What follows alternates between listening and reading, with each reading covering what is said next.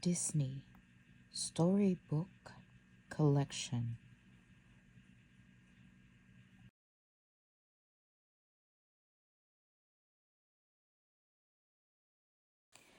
Disney's Beauty and the Beast. Once upon a time, there was a prince who was very handsome but also selfish and unkind. One cold winter's night, a poor old woman went to his castle and asked if she could stay there. The cruel prince refused. Then the woman revealed that she was an enchantress. As punishment for his behavior, she put the prince and all who lived in his castle under a powerful spell. The prince was turned into a terrible beast, and all of his servants were changed into enchanted household objects. Mrs. Potts, the cook, and her son, Chip, became a teapot and teacup. Cogsworth, the head butler, became a mantel clock, and Lumiere, the maitre d', became a candelabrum. According to the spell, the prince and all his servants would change back into humans only if the prince learned to love someone and be loved by his 21st birthday. Because he was so ashamed of his hideous appearance, the beast kept himself hidden in his castle. He could only see the outside world through a magical mirror.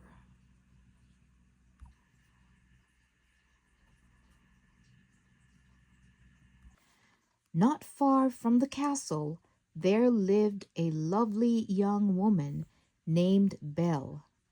She longed for a life of excitement and adventure. But in her small village, the only adventure to be found was in the books she loved to read.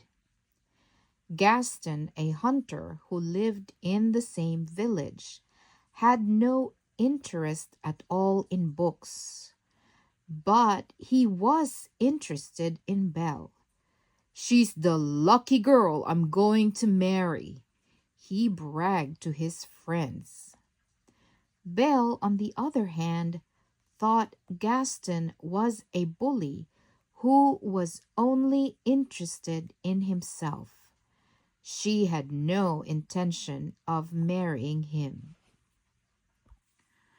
One dark winter day, Belle's father, Maurice, started out on a journey.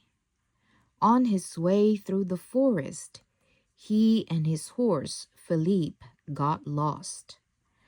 As night fell, Maurice sought shelter in a gloomy castle, the same castle where the beast lived.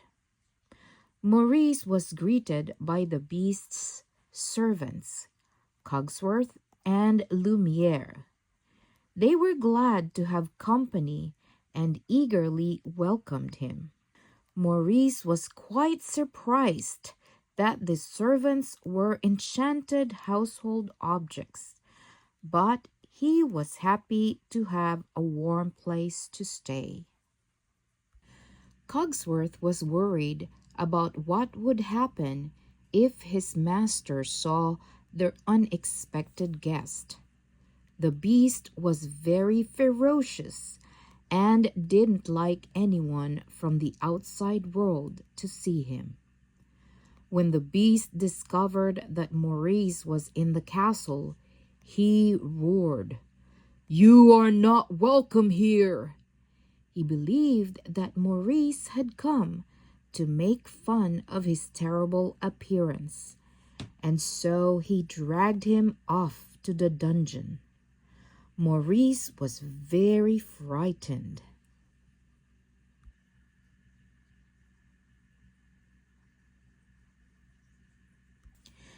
The next morning, Maurice's horse arrived at home alone. Belle knew something had gone terribly wrong. "Where's Papa?" she cried. "Take me to him." She climbed on Philippe's back and rode all the way to the beast's castle. Belle bravely went through the gate and into the castle, but her courage was not to be rewarded. The beast refused to release Maurice. "There's nothing you can do," said the beast. "He's my prisoner." Only when Belle offered to take her father's place forever did the beast finally agree to let him go. Maurice went back to the village to round up some help. "I need your help. He's got her locked in the dungeon," he cried. "Slow down, Maurice. Who's got Belle locked in a dungeon?" asked Gaston. "A beast, a horrible, monstrous beast," replied Maurice. Gaston began to plot his next move. He would rescue Belle and convince her to marry him.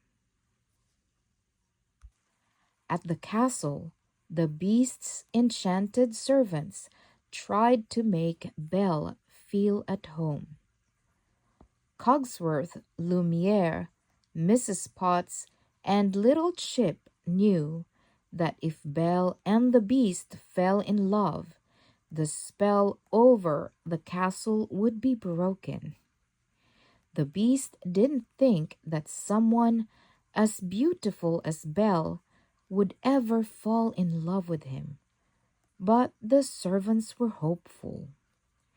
The servants even hosted an amazing dinner just for Belle, complete with music and candlelight. The forks, spoons, napkins, and plates all danced together. They thought that maybe if Belle grew to like the castle, she would grow to like their master as well. From the very beginning of Belle's time at the castle, the beast was kinder to her than he had been to her father. He allowed her to live in a room instead of the dungeon. He rescued her from the wolves that attacked her when she tried to run away. When the beast got hurt fighting the wolves, Belle helped him back to the castle and bandaged him. The beast was touched by her kindness. One day, he decided to do something special for her. "Belle," he said, "there's something I want to show you. But first, you have to close your eyes. It's a surprise." He led her into a room and asked her to open her eyes. In front of Belle was the most magnificent library she had ever seen. "I've never seen so many books," she exclaimed. "It's yours," said the beast.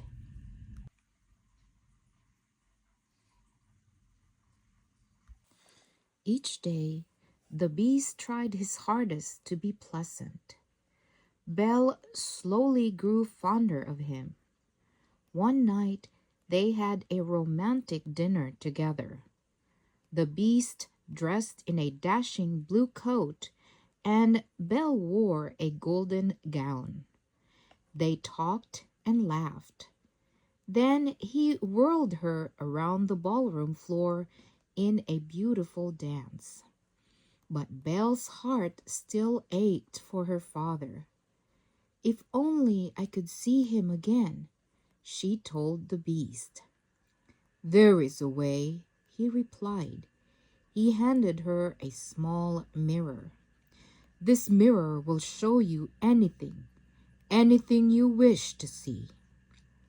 Belle asked to see her father. Maurice appeared in the mirror, looking tired and sick. He may be dying and he's all alone, she told the beast sadly. Then you must go to him, urged the beast. He loved Belle too much to keep her away from her father, even if she was his only hope to break the spell. Belle returned to her village and nursed her father back to health. She told everyone how kind the beast had been. Gaston became very angry. He got a hold of the magic mirror that the beast had given Belle and convinced the villagers that the beast was dangerous and should be destroyed. Then he led an angry mob to the castle. Mrs. Potts tried to warn the beast that his castle was under attack. But after Belle left, he had lost all desire to go on.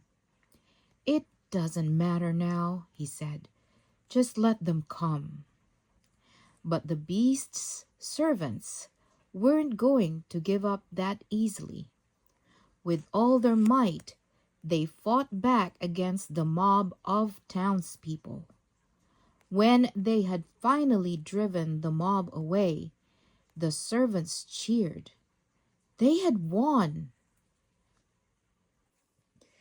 Gaston, however, was still on the grounds.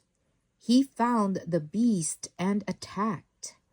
Soon the two of them were fighting on the castle rooftop. Midway through the battle, the beast heard Belle's voice in the distance. She had come back. With new determination, he grabbed Gaston's club, and the two struggled. In a last attempt to kill the beast, Gaston lost his footing and fell to his death. The fight was finally over. Belle rushed to the beast's side. He was badly wounded. You came back, he whispered. Belle's tears fell upon the beast. Of course I came back, she cried. I love you. With those magical words, the spell was broken. The beast was transformed into a handsome prince, and the enchanted servants became human once more. It's a miracle, declared Lumiere. At last, Belle had found what she had always longed for, a life full of excitement, romance, and adventure. And she and her prince lived happily ever after.